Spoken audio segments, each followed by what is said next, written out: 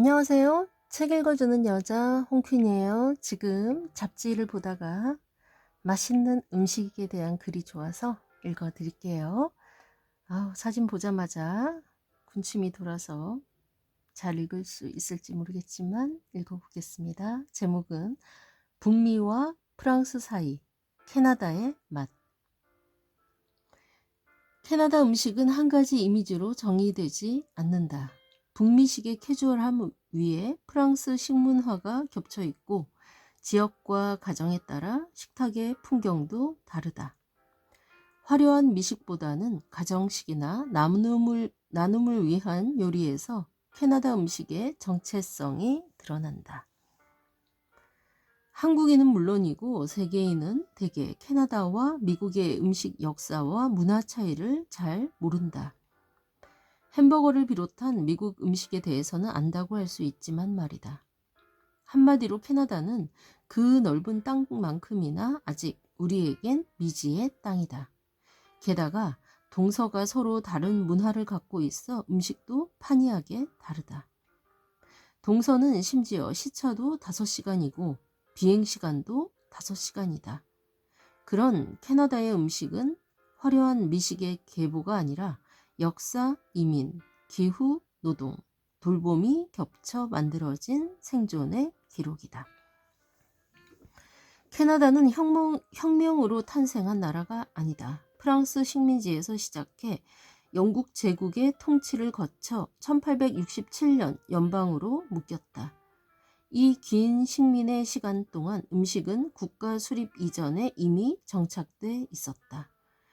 프랑스계의 정착민은 동부, 그러니까 미국 뉴욕과 보스턴의 북쪽인 세인트 로렌스강 유역에서 버터, 밀가루, 감자, 육류로 겨울을 버텼고, 영국계 정착민은 파이, 로스트 비프, 스튜로 보존과 규격을 택했다.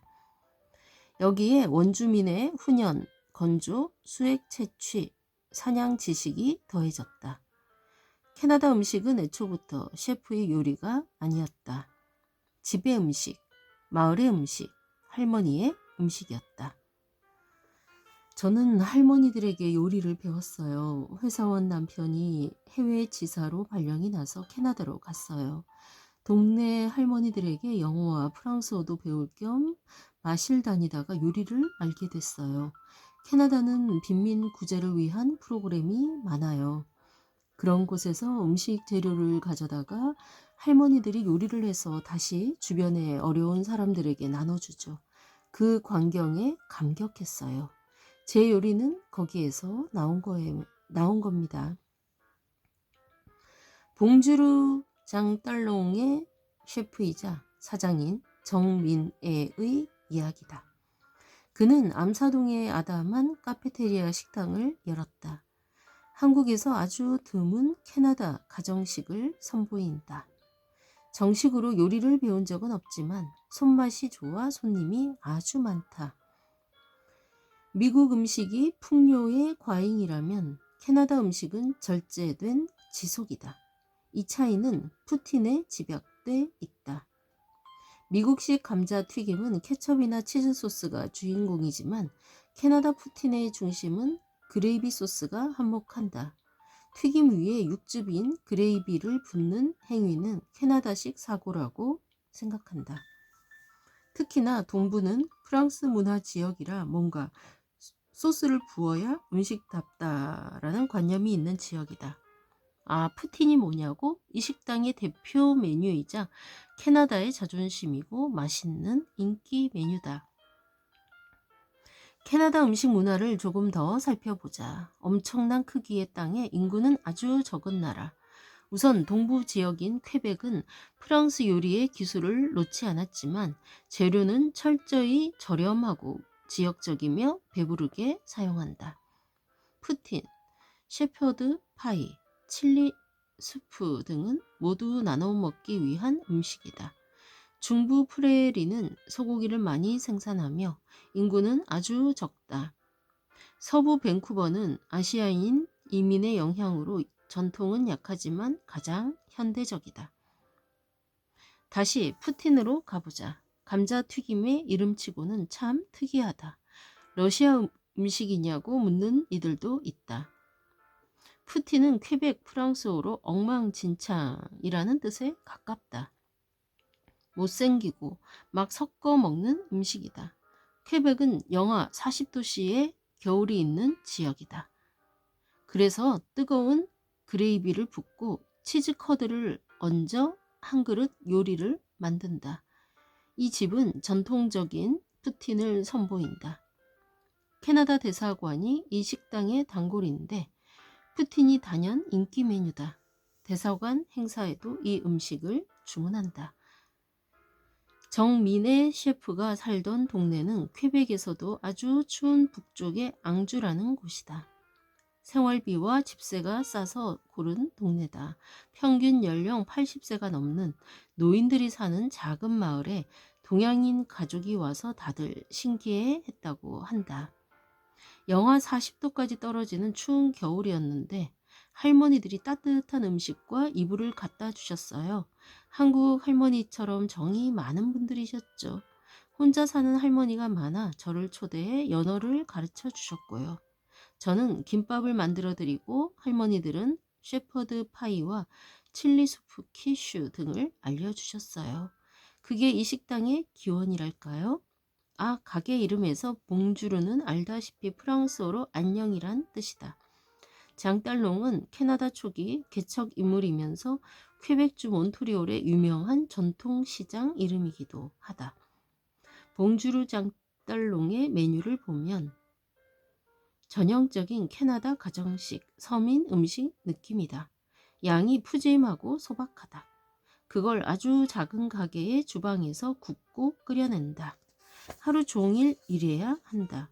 장봉베르, 셰퍼드 파이, 키슈, 로렌, 오리지널 푸틴, 풀드 포크 푸틴, 칠리 수프, 덴더 오믈렛이 이곳의 주요 메뉴다. 현지인도 인정한 정통의 맛. 처음에는 장봉베르와 푸틴 정도만 내려고 작은 가게를 얻었다. 주방도 제대로 없는 누추한 공간이었다. 전 주인이 카페를 하다가 빈 자리였다. 그러나 푸틴만으로는 망할 것 같았다. 아무도 안 왔다. 사람들은 푸틴이 뭐냐라고 물어보기만 했다. 생존을 위해 메뉴를 늘렸다. 처음에는 장봉베르 오리지널 푸틴, 폴드 포크 푸틴, 리코타 샐러드가 있었다. 지금은 셰퍼드 파이, 퀴슈 로렌, 칠리 숲, 덴버 오믈렛 등이 추가되었다. 몇 가지 요리를 먹었다. 어머니의 손맛, 아니 퀘벡 할머니들의 손맛이라고 해도 과장이 아닐 정도로 푸근하고 따스하다. 허겁지겁 먹었다. 마치 손자가 할머니 음식을 먹듯이. 이 식당도 초기에는 고난의 연속이었다. 인터넷 악플이 많았다. 발로 만들어도 이것보다 낫겠다 라는 식이었다. 푸틴도 진짜 맛없다. 그냥 감자튀김에 케첩 찍어 먹는 게 더 맛있다 라는 댓글이 많았다.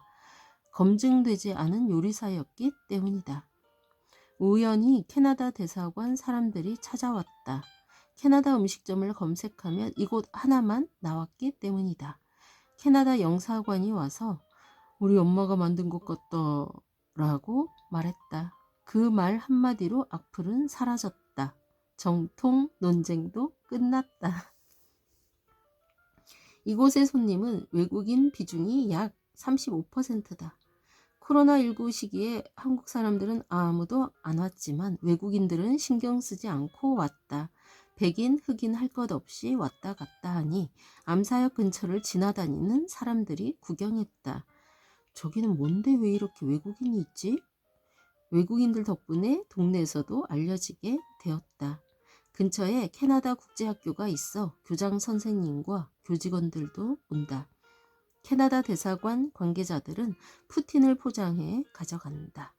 퀘벡의 자부심이 푸틴에 크게 담겨 있기 때문이다. 퀘벡은 수프를 거의 죽같이 만들어 먹는다. 유럽처럼 묽은 수프가 아니라 건더기가 가득하고 되직하다. 추워서 그렇다. 빵을 찍어 먹는 게 아니라 빵을 들고 위에 올려 먹을 수 있도록 되직하게 만든다. 서울은 세계를 품에 안았다. 사람과 함께 그들의 음식도 들어와 있다. 한국인의 손으로도 그걸 만든다. 메트로시티 서울의 힘이다.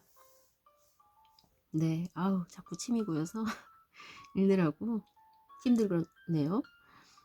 네, 이 글은 박찬일 셰프가 직접 가서 맛을 보고 글을 쓰고 했는데요. 이 정민의 사장의 가게와 이 사진이 나와 있죠. 옆에 나와 있는 것도 좀 읽어볼까요? 대표적인 캐나다 요리에는 연어 요리, 메이플 태피, 푸틴, 트루티에르, shepherd 파이가 있는데 사진을 보니까 다 너무 맛있어 보이네요.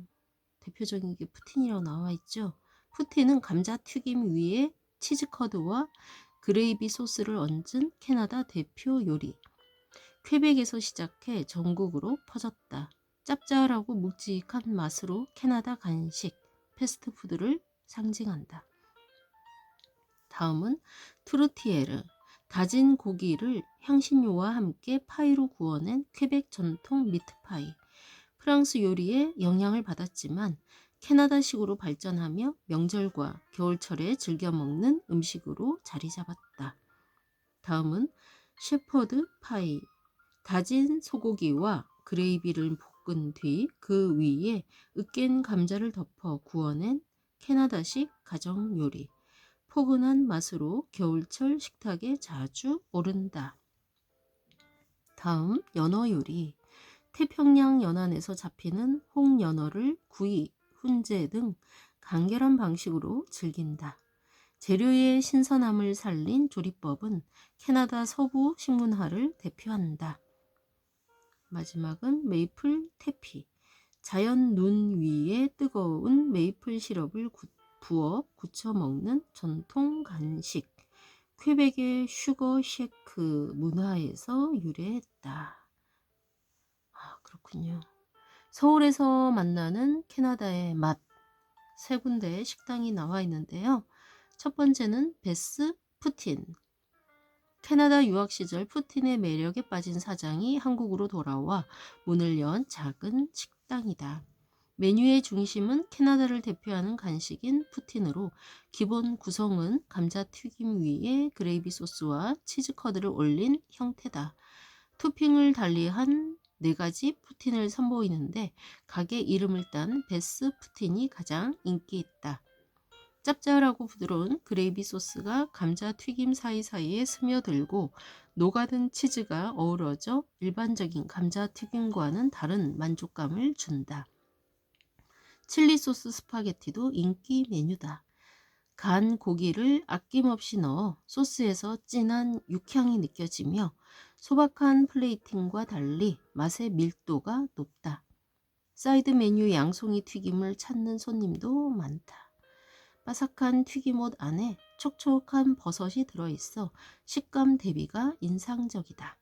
테이블 1개와 바 좌석 위주의 아주 작은 공간으로 캐나다의 작은 별장에 들어온 듯한 분위기를 자아낸다. 수요일에서 토요일에만 영업하며 일정이 유동적이라 방문 전 확인은 필수다. 와, 여기도 아주 아담하고 이쁜 식당인데 맛있겠네요. 두 번째는 쉐발베리. 비건으로 풀어낸 캐나다 가정식이랍니다. 캐나다 현지인과 한국인 부부가 운영하는 쉐발레리는 캐나다 가정식을 비건으로 재해석한 작은 식당이다. 현지인 사장이 어린 시절 어머니와 할머니의 식탁에서 먹었던 요리를 바탕으로 비건 레시피를 완성했다. 채식 메뉴이지만 두부와 버섯 등을 활용해 자연스럽게 고기와 유제품의 풍미가 느껴진다. 가을, 특히 추수감사절에 즐겨 먹는 대표 디저트 호박파이는 외할머니의 레시피에서 출발한 메뉴로 단호박을 듬뿍 넣어 은은한 단맛과 밀도감이 살아있다. 라자냐는 토마토 라구와 채소, 비건, 모짜렐라가 어우러진 소울푸드이며 고향 이름에서 따온 캔디악 피자는 얇은 도우에 구운 채소를 풍성하게 올리고 발사믹으로 새콤함을 더했다.